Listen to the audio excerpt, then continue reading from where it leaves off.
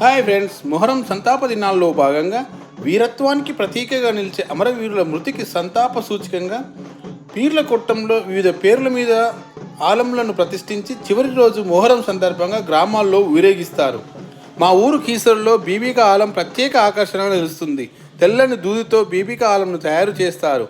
ఈ సందర్భంగా జరిగే ఊరేగింపులో ముస్లింలతో పాటు హిందువులు అధిక సంఖ్యలో పాల్గొని మత సామరస్యాన్ని చాటుతారు.